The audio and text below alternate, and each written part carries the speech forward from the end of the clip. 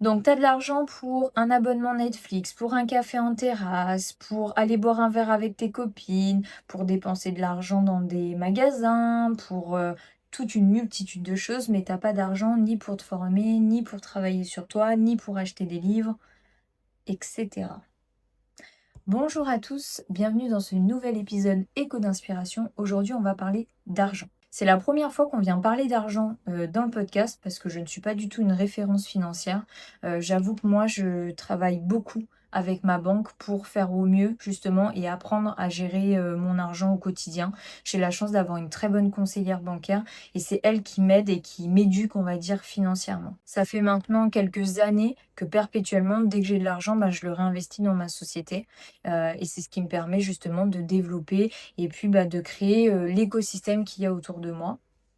Mais pour ça, j'ai dû sacrifier beaucoup de choses et j'ai dû dire beaucoup non à mes enfants, à mon entourage, etc. parce que je ne veux plus dépenser en fait mon argent dans tout et n'importe quoi. Avant, j'avais cette facilité d'aller au restaurant plusieurs fois dans la semaine. J'allais acheter des vêtements dès que j'en avais envie. En fait, je me freinais jamais financièrement parce que je gagnais très bien ma vie. Et c'est très bien, hein. Sauf que en gagnant très bien sa vie, déjà quand on est entrepreneur, il faut garder dans un coin de sa tête que c'est toujours éphémère. C'est pas aujourd'hui tu gagnes 1 million, mais demain tu peux gagner 350 000, surtout en Nouvelle-Calédonie où on est dans une période un petit peu instable. Mais je pense qu'on peut l'appliquer à tout le monde entier, vu la situation politique et climatique du monde à l'heure actuelle. Donc déjà, moi, ça, c'est des choses que j'avais pas pris en compte. Donc évidemment, quand il y a eu les émeutes, j'ai perdu quand même un peu de salaire.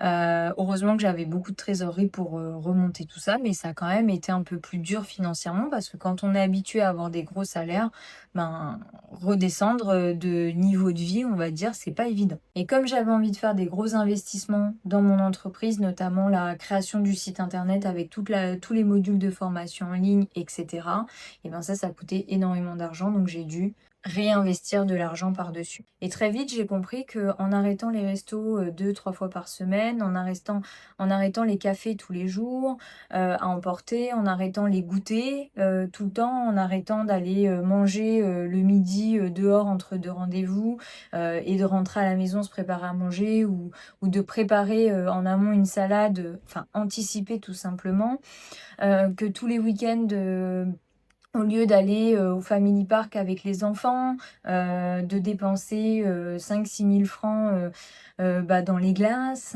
dans les gaufres, dans les boissons, peut-être justement venir avec notre gourde et puis on va goûter à la maison. Enfin, il y a toute une succession en fait d'économies que j'ai mis en place pour justement pouvoir investir dans mon entreprise, dans mon bien-être et anticiper mes nouvelles idées entrepreneuriales. Parce que quand on a une idée de créer quelque chose, et je suis très bien placée pour le savoir parce que je suis en train de développer une application qui me coûte 15 millions, il faut avoir de l'argent derrière. Mais si on dépense tout notre argent dans les plaisirs, quand ces moments-là arrivent, on n'a plus rien. Donc je suis bien contente justement d'avoir cette éducation financière qui commence à être bien mise en place, hein. Je dis pas que je me fais pas du tout plaisir, évidemment qu'on va au restaurant, évidemment qu'on va prendre des cafés avec les enfants à Lanzarote le week-end, évidemment qu'on a un abonnement Netflix, mais on a diminué quand même de moitié toutes ces sorties, ce qui nous permet en fait d'économiser. Des fois on ne se rend pas compte, mais ça peut monter jusqu'à 100 000 francs par mois d'économie de sortie. Mais ces 100 000 francs par mois, si vous décidez de vous lancer, ça vous paye une formation, ça vous paye un accompagnement, ça vous paye peut-être un lancement, un apport qui est vraiment non négligeable pour votre entreprise. Sur le coup, oui, on s'est pas fait plaisir parce que on n'a pas été prendre notre café à emporter. Oui, on s'est pas fait plaisir sur le coup parce qu'on n'a pas été manger au restaurant avec ses copains. Mais ces copains-là, ils comprendront. À ce moment-là, faites un apéro chez vous. Cuisinez, essayez d'économiser le maximum d'argent parce que le jour où vous allez développer votre idée, vous allez avoir besoin de cet argent. Et si vous avez tout dépensé dans ces plaisirs, malheureusement, vous n'allez pas pouvoir avancer. Vous n'allez pas pouvoir investir sur vous-même. Vous n'allez pas pouvoir développer votre business. Et ça, c'est difficile à encaisser quand sur l'instant T, on veut se lancer. Donc encore une fois, je ne suis pas là pour faire de l'éducation financière. Moi, c'est pas du tout ma partie parce que j'aime trop vivre. Donc c'est vrai que ça a été difficile pour moi. J'ai fait vraiment la chose la plus basique. J'ai appelé ma conseillère et je lui ai dit j'aimerais qu'on mette en place des méthodes pour que justement je puisse dégager du cash pour quand j'ai des projets, des développements d'entreprise, que quand j'ai envie de faire un crédit, et ben, ce soit accepté. Et déjà, rien que d'avoir cette relation avec votre banquière, d'avoir cet échange, ces objectifs posés, bah, vous allez voir que déjà, même vous, votre rapport avec vos comptes en banque, avec votre conseillère bancaire va complètement changer.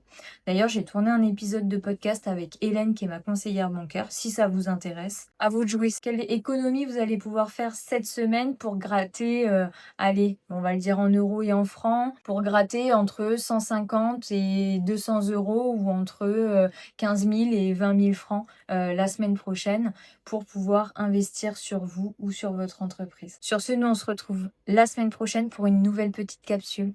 À bientôt!